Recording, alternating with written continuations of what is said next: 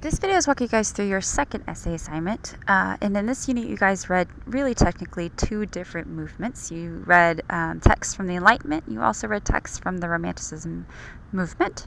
So you read a number of different perspectives, ideas, types of authors, types of texts as well across different genres.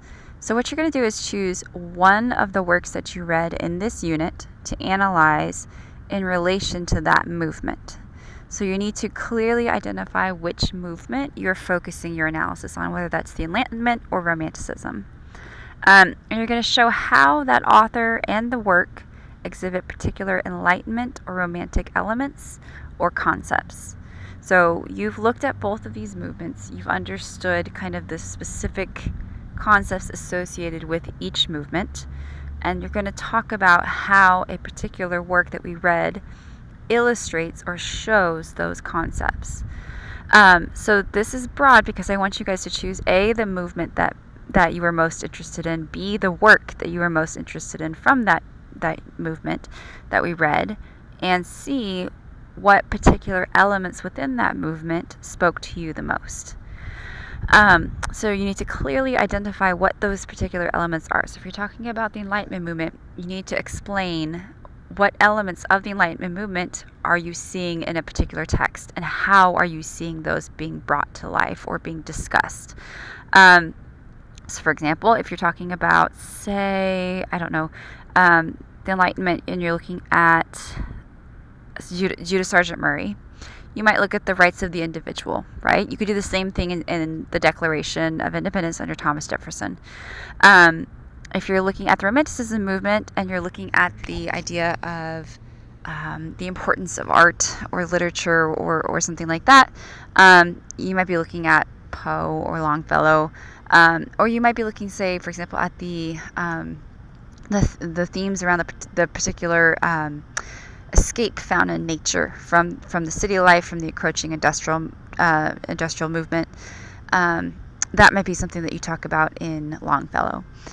So you can also think about how the text does or does not necessarily fit with those particular elements. For example, if you do have, say, the Enlightenment movement, and you're talking about the rights of the individual and the sort of sanctity of the individual, how does, for example, Phyllis Wheatley show that not everyone is considered, in that right, or how does not everyone get that right exactly in that movement?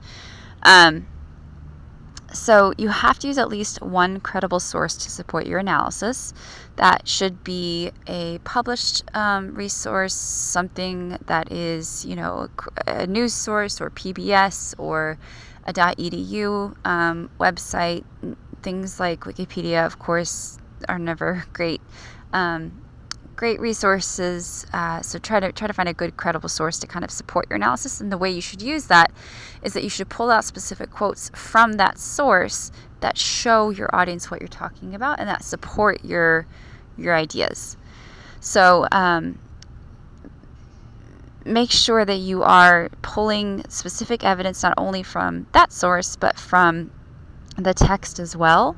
So that means that you are pulling out specific quotes that show your audience what you're discussing. So for example, if I am looking at, say, I don't know, like I said, Judah Sargent Murray, and I'm discussing the idea of the intellectual, the importance of the intellectual renaissance, really, that happened in the Enlightenment.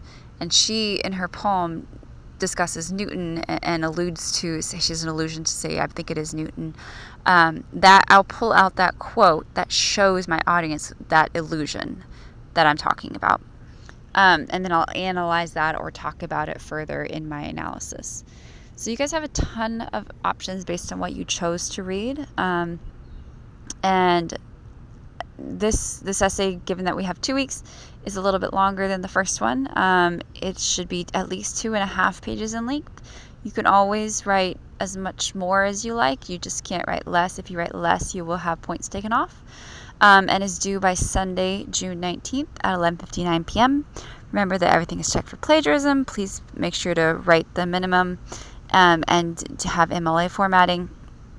You're going to be evaluated, making sure you have good, close analysis of the works and their major concepts, and primarily that you are analyzing this as a piece of literature, not as a historical or biographical essay. So no matter what, don't let this become one of those essays. This needs to be you breaking down a piece of literature, just like you see me doing in the lectures. So just make sure that you are kind of keeping the focus on the literature, secondarily looking at the historical context or the biographical context around those authors. So for example, you really can't divorce Ben Franklin as a founding father from Poor Richard's Almanac. That who he was helped influence that text. Same thing with Phyllis Wheatley. So you want to bring those elements into the conversation, but that shouldn't be the primary focus.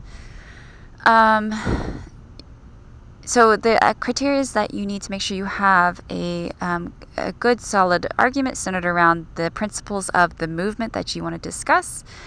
Make sure you have proper number of sources, good evidence to support your claims from both the primary and the secondary sources, proper MLA formatting, good depth of analysis as well, and use of that terminology related to the movement. So make sure you have a full, clean essay.